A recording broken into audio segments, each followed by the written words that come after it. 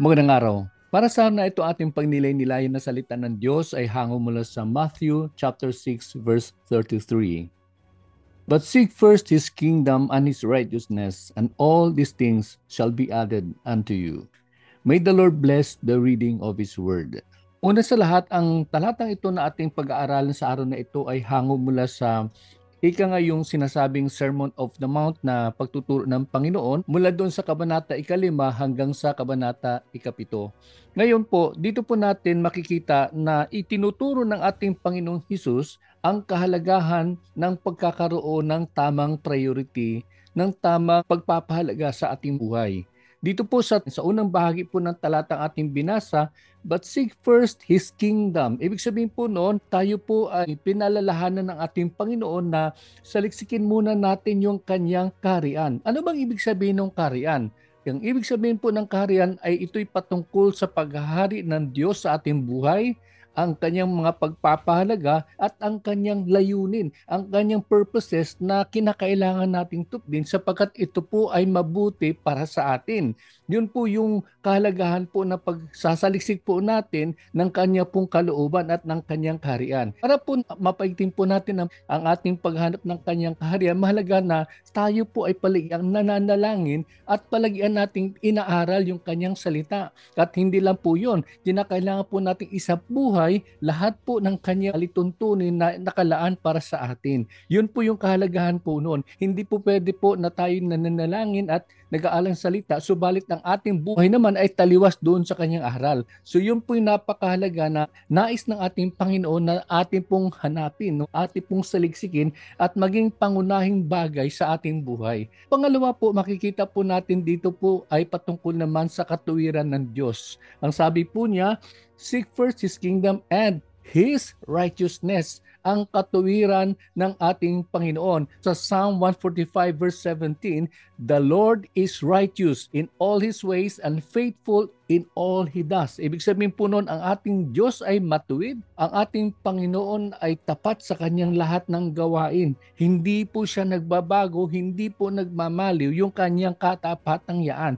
He is the same yesterday, today, and forever. Ito po natin kailangang maunawaan po na kaiba po yung tinatawag po na self-righteousness and the righteousness of God. No, kasi yung self-righteousness po, ito po yung nakasentro po sa atin.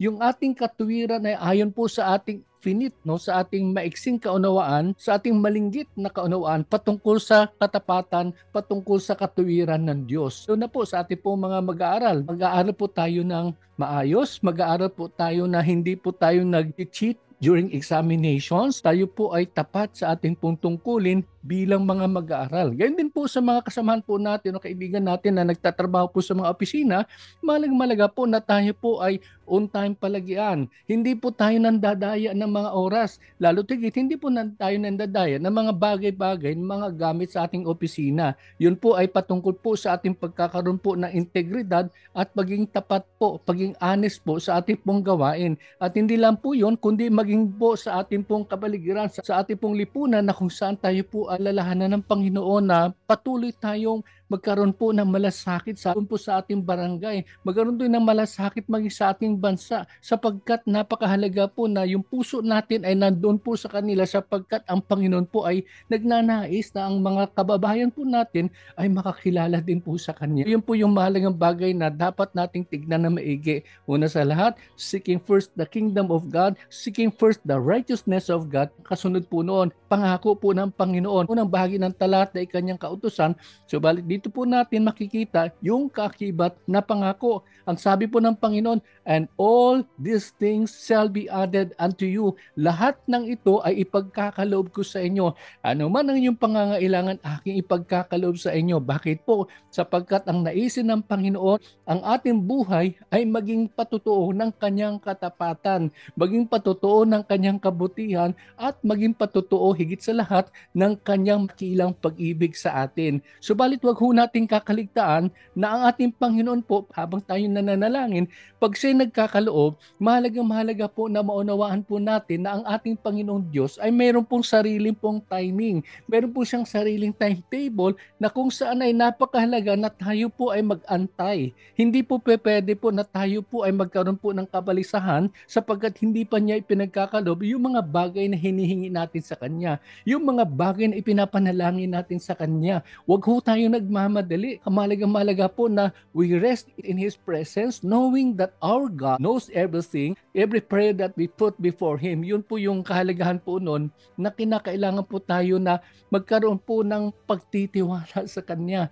Yung ating pong pagtitiwala is resting upon His goodness, upon His faithfulness, upon His promises na ang ating Panginoon ay tumutupad ng Kanyang salita. Hindi po siya magpapabaya. Ang sabi po niya, I will never leave you nor forsake you. Yun po napakahalaga na atin pong kinakailang maunawaan. Kaya po sa lahat po sa atin na mga nanonood po ng video na ito, ang maging katanungan po natin sa ating sarili, lalo tigit po sa iyo po ay nasa unang buwan pa lamang po ng ating pong panibagong taon, ano po ba ang ating priority for this year? Ano ba ang ating pinapahalagaan para sa taong ito? Ang mga bagay pa na sa ating mga paligid o ang mga bagay patungkol sa ating Panginoon? Sapagkat habang sabi po ng Panginoon, kapag hinanap po natin ang Kanyang mukha, kapag sinaliksik po natin ang Kanyang katuwiran at isinabuhay po natin ang lahat ng Kanyang alituntunin, tunay nga po, pagkakalo po niya sa atin ang lahat ng ating mga pangailangan, maging yan man ay material na pangailangan, lalo't higit ang mga pangailangan nating spiritual,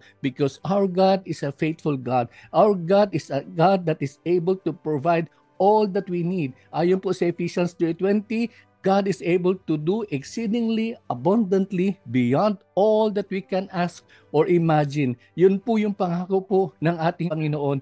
Nawa ito po ay maging paalala po sa atin at tingnan po natin maigi, saliksikin po natin ang ating mga puso at isaayos po natin ang ating pong priorities, lalo tigit sa taong ito ng 2025. Tayo po ay manalangin. Dakilang Panginoon, maraming salamat sa iyong palaala sa amin sa kahalagahan po ng pagsasaayos po ng aming pong mga priorities ng aming pong buhay. Alam po namin amang banal na wala pong makakatulad po sa iyo pong palituntunin para sa amin sapagkat ito po ay magbibigay po ng kaluwalhatian sa inyo, O Diyos.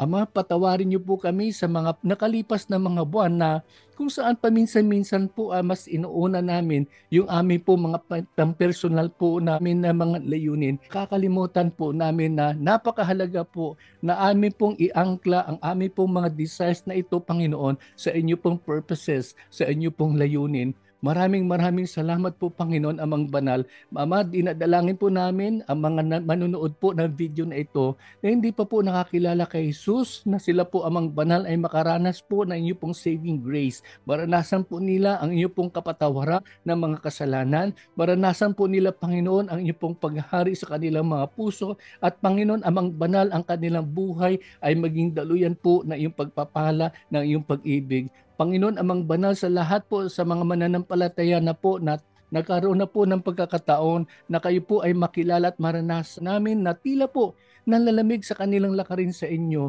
O Diyos, hinihiling po namin, ibalik niyo po ang unang pag-ibig. Hayaan niyo po, Panginoon, Amang Banal, manumbalik po ang aming pong pananabik sa iyo pong salita. Manumbalik po ang aming pananabik po ng pakikinig o pagsunod po ng iyo pong loobin para sa amin. Maraming salamat, O Diyos. Tunay nga po, Amang Banal, ikaw po ang karapat-dapat ng lahat ng papuri, lahat ng pagsamba. Ang lahat ng ito ay aming samot dalangin sa matamis at makapangyarihang pangalan ni Jesus. Amen at amen.